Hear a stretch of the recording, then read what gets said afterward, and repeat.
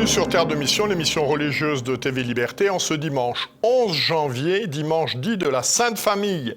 Voilà, je vous adresse tout d'abord pour vous-même et vos familles mes vœux très sincères de bonheur, de santé et de sainteté.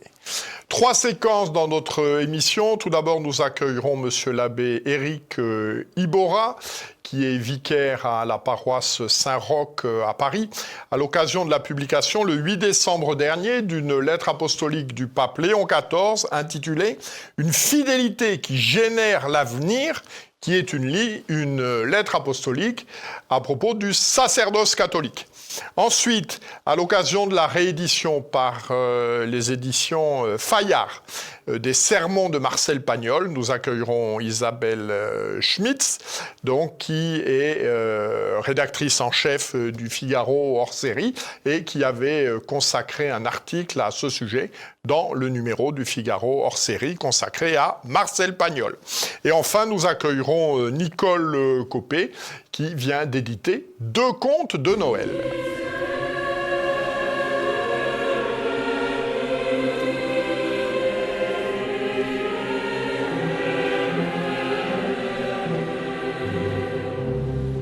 Bonjour Monsieur l'abbé. Bonjour Jean-Pierre. Le pape Léon XIV a donc promulgué le 8 décembre dernier un texte sur le sacerdoce intitulé « Une fidélité qui génère l'avenir ».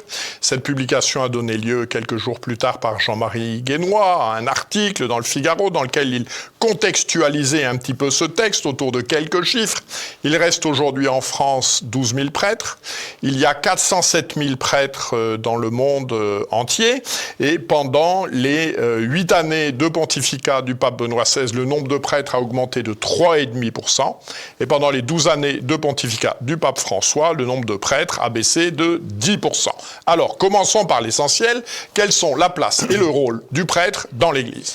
Eh bien, le prêtre a un rôle tout à fait central, puisqu'il actualise l'action du Christ comme à la fois médiateur de la révélation et aussi de la rédemption. Mais ce n'est pas une place évidemment unique ou en surplomb. Comme le Christ, le prêtre est au service d'un peuple, c'est-à-dire de gens. Il n'est pas prêtre pour lui-même, il est au service d'un peuple, d'où l'importance de la relation. Et lui-même est d'ailleurs membre de ce peuple. Il a aussi besoin de salut. Souvenons-nous de cette parole de Saint Augustin dans un de ses sermons qui disait « Pour vous, je suis évêque, mais avec vous, je suis chrétien ». Et aussi, au passage, ça explique, peut-être un peu les chiffres que vous citiez, ça explique aussi qu'il faut prendre soin des prêtres. Et on avait un peu l'impression, dans le pontificat précédent, qu'on avait un chef d'armée qui avait ses soldats bien disciplinés et qui portait toute sa charité sur les périphéries en oubliant un petit peu le soin de ses auxiliaires privilégiés. Alors que là, avec Léon XIV, on a un religieux de l'ordre de Saint-Augustin. Alors vous pourriez dire, l'autre évidemment était aussi religieux de l'ordre de Saint-Ignace. Donc, une vision plutôt militaire chez Saint-Ignace, une vision marquée par la charité chez Saint-Augustin. Si on lit la règle de Saint-Augustin, c'est une règle qui est vraiment centrée sur la charité communautaire et qui s'enracine dans les Actes des Apôtres qui disent, qui montrent la communauté chrétienne primitive à Jérusalem, qui, en fait, c'est la communauté qui évangélise à travers la charité qu'elle montre. Et donc, on voit comment Léon XIV se soucie du prêtre, et pas simplement de sa formation initiale, mais aussi de sa formation permanente. Il y insiste beaucoup, parce qu'il dit que cette formation permanente, sous l'angle de la fidélité, c'est la continuelle réception de la grâce que Dieu donne pour pouvoir répondre dans un chemin d'ajustement qui, au cours d'une vie, se traduit par une conversion permanente. Alors, quelle place tient la messe dans la vie du prêtre ? Alors, elle tient évidemment là aussi une place privilégiée, une place centrale. Le concile dans Lumen Gentium disait que c'est la source et le sommet de toute vie chrétienne. Et le pape Jean-Paul II, dans le grand texte sur les prêtres, qui est le Pastoresse d'Abo Vobis, soulignait que la charité pastorale est donc cette relation aux fidèles du prêtre, eh bien, est le principe qui unifie la vie des prêtres.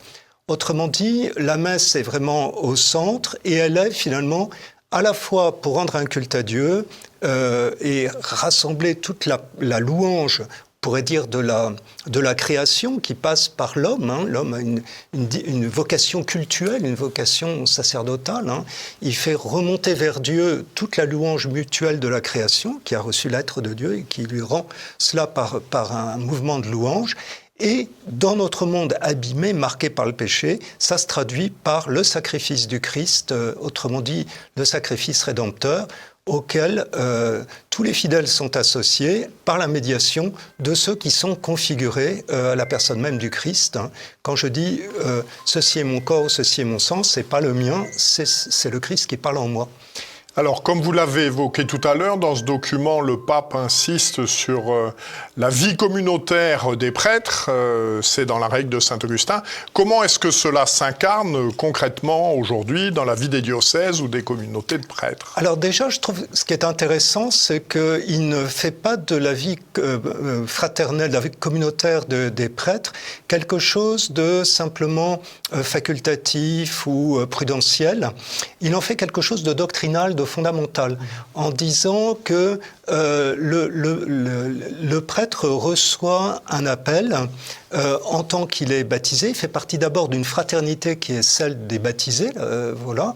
Ensuite, il va rentrer dans un ordo, au sens latin ancien du terme. Un ordo, c'est un corps. Qui est le presbytérat. Ce presbytérat va se concrétiser dans un presbytérium, c'est-à-dire les prêtres qui sont sous la responsabilité d'un évêque. Et le rôle particulier de l'évêque, c'est de discerner ce qui est le charisme propre de chacun, pour le mettre en valeur, sans pour autant faire que sans pour autant nuire à la communion de tous les prêtres dans la mission qui leur est commune, la mission d'une église particulière, c'est-à-dire d'un diocèse.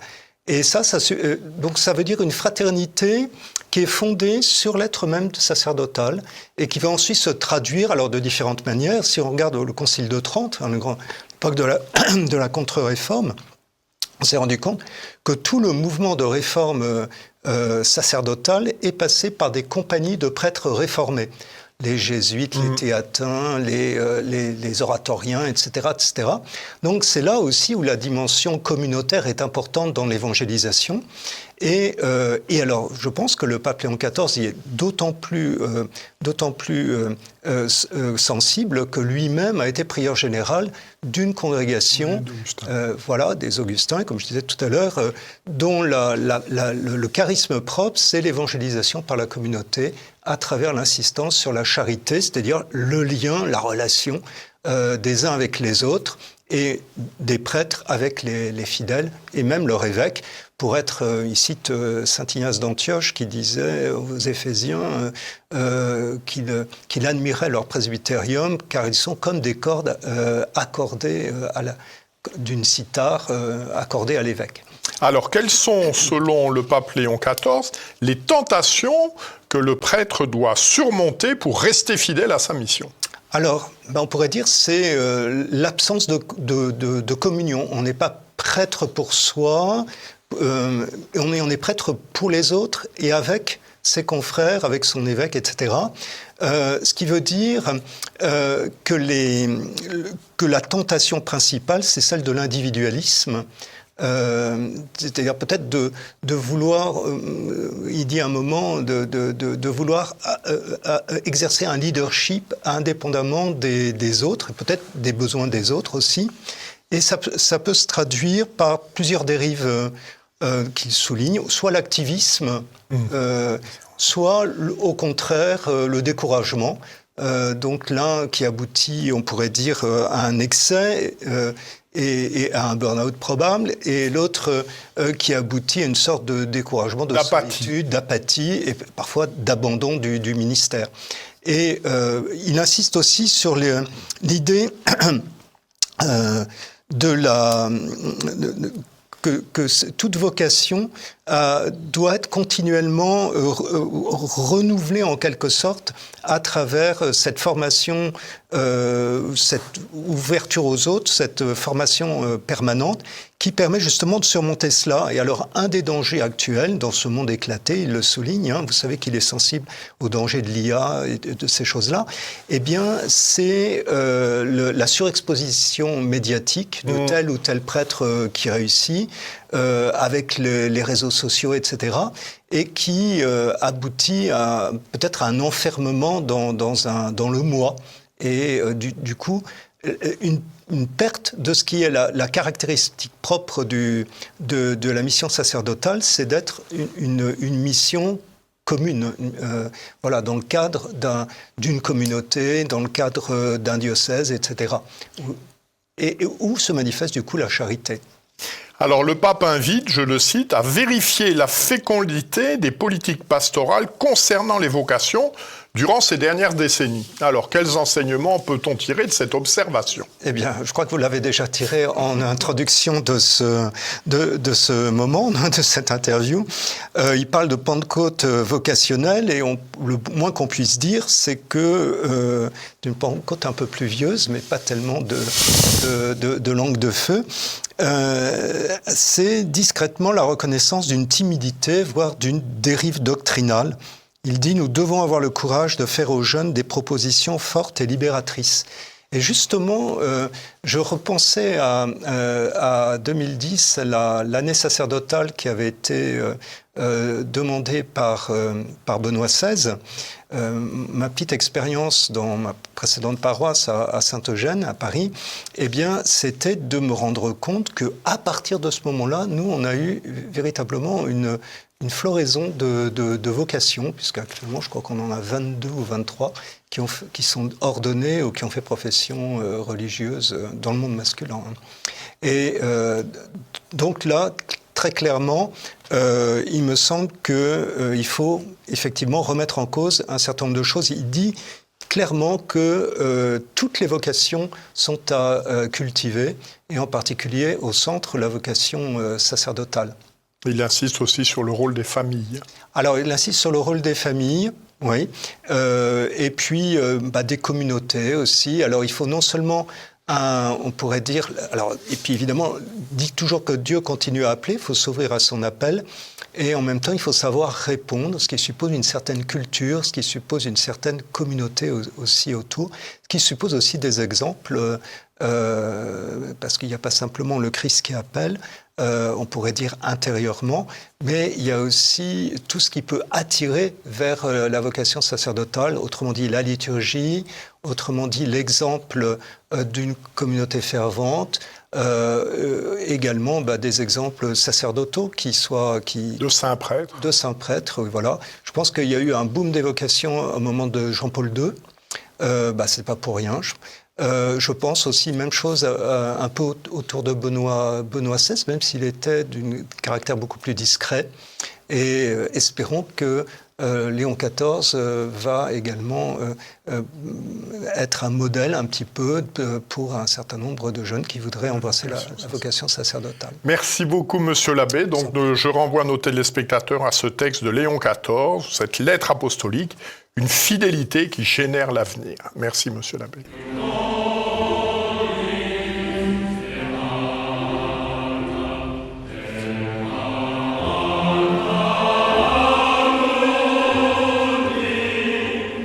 Bonjour Isabelle Schmitz. Bonjour Jean-Pierre. Merci de nous rejoindre. Nous nous rencontrons à l'occasion de la réédition des sermons de Marcel Pagnol, donc aux éditions Fayard, préfacés par le père Norbert Calmels, qui fut abbé de Frigolet et qui ensuite a été abbé général des Prémontrés.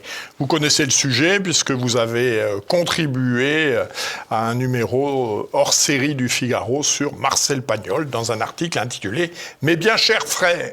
Alors, quelles sont les convictions religieuses et l'héritage familial dans ce domaine de Marcel Pagnol. Alors l'héritage familial de Marcel Pagnol, il est contrasté, puisque son père Joseph est un instituteur anticlérical, un de ces hussards noirs de la République, qui élève son fils dans la défiance des curés. Je cite le père Joseph Pagnol, qui dit à son fils « Ces gens profitent de tout, méfie-toi, etc. » parce que le jeune Marcel trouve le curé du village sympathique, et Joseph, tout en étant courtois avec le curé, n'en est pas moins dupe. Et ils disent qu'en fait les curés, sous prétexte d'amabilité, etc., veulent nouer le bandeau de l'ignorance sur les yeux du peuple.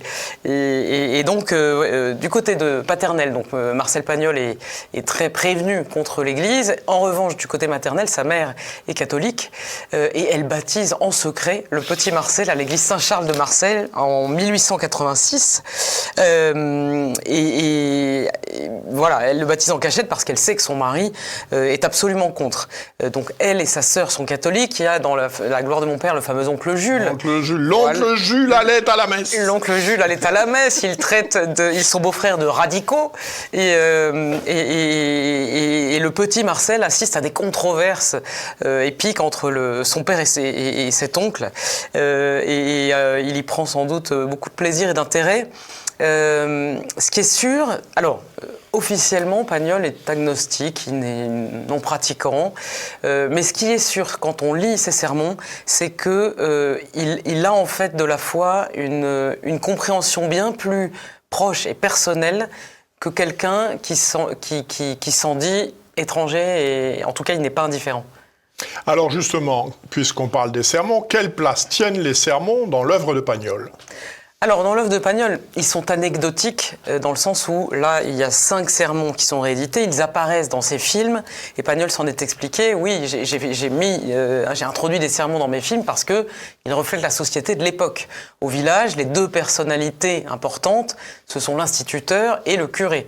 Ce sont les deux notables, ceux à qui l'on a recours. Les 2 intellectuels. Les 2 intellectuels, exactement, qui sont formés, en fait, de façon contradictoires. Enfin, en tout cas, les hussards noirs de la République sont en opposition. Ce sont les missionnaires laïcs face aux missionnaires chrétiens qui tiennent donc un rôle central dans le village. Alors, quelle est la théologie de ces sermons que d'aucuns pourraient qualifier d'un peu désuète aujourd'hui ? Alors, je dirais que cette théologie, oui, certes, peut-être un paroissien d'aujourd'hui qui n'aurait pas eu vent des sermons traditionnels de l'Église, de l'enseignement des pères de l'Église, etc., pourrait s'étonner en lisant les sermons de Pagnol, mais en fait, les sermons de Pagnol reflètent la théologie catholique de son temps, les années 50, 60, il est mort en 74, et en fait, oui, c'est une théologie où l'on parle des fins dernières, de l'enfer, du pardon, de la confession, l'importance de la confession. Et c'est vrai qu'on pourrait souhaiter que tout chrétien puisse lire ces sermons, parce qu'écrits par un agnostique, ils sont d'une profondeur et d'une catholicité assez incroyables. Alors, quels sont justement vos sermons préférés et pourquoi ? Alors, j'ai 2 coups de cœur. Il y a d'abord le curé de Cucugnan, qui raconte l'histoire de ce curé qui fait un songe et qui rêve qu'il arrive de l'autre côté de la vie éternelle, qu'il rencontre Saint-Pierre, et alors qu'il demande à voir lesquels de ses paroissiens sont au paradis. Saint-Pierre consulte ses registres et lui dit « il n'y en a aucun ». Et ah bon, et au purgatoire, mais aucun non plus. Et puis alors là, il arrive en enfer et il voit la moitié de la paroisse qui est là, sur un gros rôtissoir digne de Jérôme Bosch. Et en fait, le curé donc se lance dans un prêche à ses paroissiens sur les fins dernières, la vie éternelle, et il leur dit « mais si vous allez en enfer, vous n'êtes pas plus infernaux que les autres, vous n'êtes pas plus coupables que les autres, mais seulement vous ne ressentez aucun besoin de vous confesser. Et c'est ça l'erreur qui vous mène à la perte. Et alors, c'est tout un sermon sur la confession qui est merveilleux.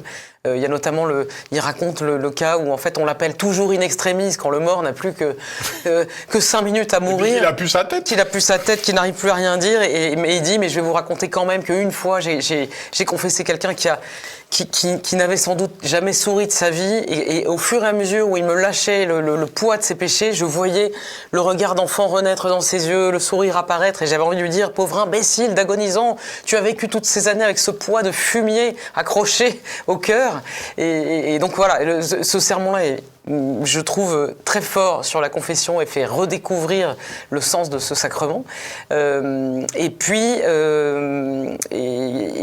le deuxième, c'est le sermon de Manon des Sources, merveilleux, que Pagnol d'ailleurs a demandé de lire après sa messe, à la fin de sa messe d'enterrement. Donc il a été enterré à l'église. Oui, il a été enterré chrétiennement. Il s'est même... Par ce père Calmels. Absolument, par ce père Calmels. Il lui a même demandé de le confesser sur son lit de mort.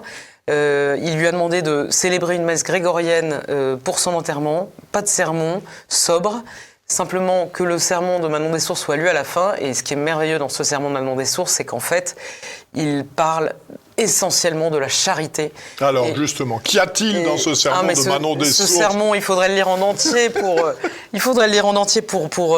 en apprécier toute la teneur et la profondeur.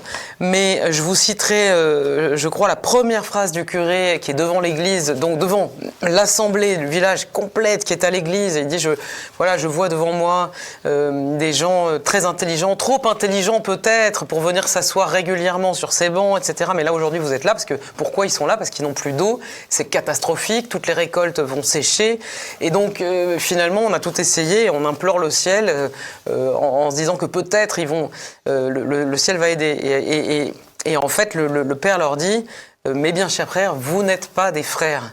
Et votre péché, c'est ça. Alors, c'est peut-être pas la première phrase, mais c'est le cœur de son message. Vous n'êtes pas des frères, et en fait, c'est parce que vous ne vous aimez pas que vous n'avez pas dit à Jean de Florette où se cachait la source, où il y avait de l'eau. Vous n'avez pas prévenu le retraité qui avait acheté une maison qui s'effondrait, qu'elle allait s'effondrer, le pauvre en est mort. Oui, il lui est tombé dessus. Et il lui est tombé dessus, et j'espère qu'à l'heure qu'il est, il a une formule incroyable qui est j'espère que sa pauvre âme est en paradis en train de fumer des nuages dans une pipe de diamant. Mais vous autres, en fait, vous ne saisissez pas l'occasion que vous donne le bon Dieu de faire une bonne action. Il leur dit, c'est pas si commun que ça de pouvoir faire une bonne action, de pouvoir aider gratuitement la veuve, l'orphelin, de pouvoir aider son voisin à labourer son champ. Enfin, c'est extrêmement concret. Et puis, ce qui est très beau, c'est qu'il leur dit, vous êtes là, vous allez implorer le ciel, des fois que peut-être le grand fontainier et l'administration céleste vous déverrouillent l'eau et que l'eau coule enfin sur vos champs. Mais ce ne sont pas les bannières, ce ne sont pas les prières répétées mécaniquement qui ont un quelconque effet. Tout cela n'a aucun poids parce que ça ne vient pas du cœur, et le ciel n'entend que le langage du cœur. Donc c'est extrêmement beau parce qu'en gros, ce sermon, cette homélie qui exalte la piété populaire, les processions, ils vont faire une procession à Saint-Dominique, mais en fait les met en garde contre toute forme de superstition, et dit que en fait c'est le repentir du cœur que Dieu attend des hommes, et c'est l'amour de leur cœur qu'il espère, et non pas les murmures, les rites, et les sacrifices purement formels. Alors je vous en cite un extrait en conclusion, il parle du bon Dieu. Il sait bien que vous êtes là parce que la source ne coule plus. Il y en a qui sont inquiets pour le jardin, d'autres pour la prairie, d'autres pour les cochons, d'autres parce qu'ils ne savent plus quoi mettre dans leur pastis.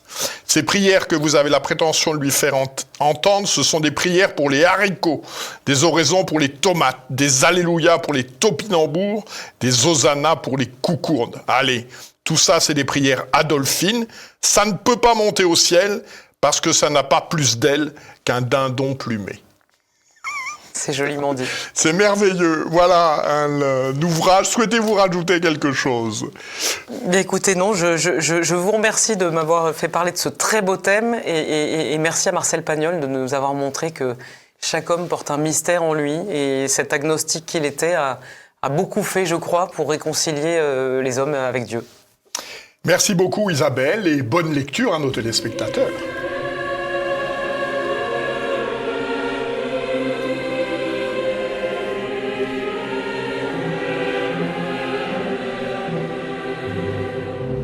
Bonjour Nicole Copé. Bonjour Jean-Pierre Maugentre. J'ai donc sous les yeux 2 contes de Noël que vous avez édités, publiés, rédigés. Alors pourquoi écrire des contes de Noël ? Je dirais tout simplement par conviction. Voilà, par conviction, je suis assez persuadée qu'une simple goutte d'eau dans l'océan permet finalement d'éveiller des sensibilités, des émotions et de poser aussi des éléments auxquels mes convictions sont profondes. En réalité, comme responsable de l'école pédagogique d'art musical en Suisse, eh bien, je me suis rendu compte que les parents n'avaient plus le répertoire en général, mais également le répertoire de Noël. Aussi m'est venue l'idée, si on veut bien dire ça comme ça, l'idée d'écrire des contes, mais qui tournent autour d'une chanson traditionnelle de Noël. Et pour cela, c'était aussi l'idée de proposer aux enfants de vivre vraiment leur âge. Parce que je trouve dans ce monde en mutation, on oublie de laisser les enfants dans leur tranche d'âge. Ils sont aussi en train de porter les mots du monde. Donc voilà, c'est une raison vraiment profonde. Voilà. Ouais. Oui. Et alors comment, donc vous nous expliquez pourquoi vous établissez un lien entre le conte et la musique et comment vous y prenez-vous pour établir ce lien? Bien, déjà, pour moi, le mot a une vibration. Le son a une vibration, le mot a une vibration, donc il n'y a aucune raison d'écrire sans mettre la musique. Et aussi comme musicienne, il m'a semblé tout à fait justement important de pouvoir réaliser ce concept que je nomme musique-conte. Et à ce sujet-là, donc ça se prépare sur une certaine durée, moi je dis plusieurs mois, puisqu'on met en place aussi avec les musiciens la possibilité d'enregistrer. Toute l'histoire tourne autour, enfin toute l'histoire tourne autour de la chanson, et ce qui permet d'année en année, de proposer des chansons traditionnelles et d'en faire un réel répertoire pour la transmission pour les générations suivantes. On voit à la fin du livre, justement, le QR code, où on peut entendre la déclamation de l'auteur, mais aussi l'enregistrement des musiciens, de façon à pouvoir chanter dans les familles, chanter avec la partition, avec les paroles. Et donc, toute l'histoire tourne autour de cette chanson-là. Alors, pouvez-vous nous présenter les deux albums que j'ai sous les yeux, Tiroubi et Le Petit Âne, et Ce soir-là fut phénoménal. Alors, débutons par Ce soir-là fut phénoménal. Eh bien, en réalité, ce soir-là fut si phénoménal que les racines du monde s'écartelèrent, au point que, dans le fond, eh bien, tout est inversé. Le clair devient l'obscur, l'obscur devient le clair, les baleines volent, Joe le pélican part à l'envers. En définitive, cela dura jusqu'à ce que le monde entier comprenne que cette naissance était renversante et prodigieuse. Et je trouve vraiment important de donner la possibilité aux enfants de rentrer dans un conte qui freine le temps du monde. Et en définitive, c'est une forme de silence où on se dit se passe réellement quelque chose. Ce conte-là termine sur Noël Nouvelet. Noël Nouvelet, c'est une chanson très ancienne qui a été écrite dans le mode dorien. Le mode dorien, c'est le mode de Ré. Et j'aime aussi évoquer ces questions-là parce que c'est un mode vraiment approprié pour chanter. Les tessitures sont magnifiques, c'est le mode de Ré, c'est le mode où on engramme justement toutes ces vibrations, où on peut étendre aussi sa voix, et tout en ayant justement l'impression de construire. Et cette chanson, elle évoque l'ange au berger, Joseph, Marie, les rois mages, enfin tout, et elle était chantée dans les foyers. Et je trouve ça vraiment fort intéressant justement d'ancrer tout ce répertoire aussi dans les familles, de façon à ce qu'on n'aille pas nécessairement à l'église pour entendre ce répertoire, mais qu'il soit de manière naturellement intégré. Voilà. Alors ça, c'est pour Ce soir-là fut phénoménal, donc avec ce chant de Noël Nouvelet. Et puis, Tiroubi et Le Petit Âne, les petits ânes, on les aime beaucoup, grâce à Saint-Nicolas aussi, non? Et les enfants le chérissent. Alors, ce qui se passe, c'est que le petit âne vient frapper au carreau de la fenêtre. Et Tiroubi ouvre la fenêtre et il voit un petit âne. Oh, mon Dieu, que se passe-t-il? Parce que l'âne a deux oreilles colorées, une en orange et une en bleu. Et alors, on voit très clairement qu'il vient l'inviter pour aller à quelque part faire une promenade à dos d'âne et pour aller, évidemment, vers la crèche, vers la nativité. En cours de route, le le petit âne a je dirais des énergies qui se regroupent avec l'univers entier, parce qu'en définitive, on ne peut rien cloisonner là-dedans. On est toujours dans une vie profondément emplie. Et ces lumières entre ces oreilles colorées et celles qui croisent les amènent naturellement à la crèche, où le petit âne reprend sa place, retrouve ses oreilles grises, et bien évidemment Tiroubi porte les marques de ce respect nécessaire à ce petit Jésus qui est né dans la crèche. Et évidemment, on arrive à la chanson traditionnelle qui est celle de « Entre le bœuf et l'âne gris ». Et nouveau, là, moi, j'aime beaucoup la parcourir avec le mode ancien et naturel de Ré. Une fois de plus, on est dans un mode sain, parce qu'il y a vraiment aussi un grand rapport à faire avec la musique dans le monde. Et j'aime aussi à développer aussi cette réflexion entre un élément et un autre. Alors, à qui s'adressent ces contes? C'est pour des enfants de quel âge? Et comment se les procurer? Alors déjà, une des volontés qu'il y a eu dans le cadre des contes, ça a été d'utiliser un vocabulaire qui élève le cœur et la voix, le cœur et l'âme, je veux dire, lumière, scintillement, mais aussi élévation, profondeur, lumière, de façon à ce que les enfants, justement dans leur éducation, parce que c'est là où on dit « mais tout va mal », je suis d'accord, mais qu'est-ce qu'on propose? C'est bien proposer quelque chose qui est nécessaire dans ce monde. C'est pour ça que le vocabulaire tourne autour de ça. Alors, à qui s'adressent ces livres? À toutes les générations, en définitive. On voit à travers le format horizontal, comme ça, qu'on peut lire le livre en tournant les pages avec son papa, sa maman.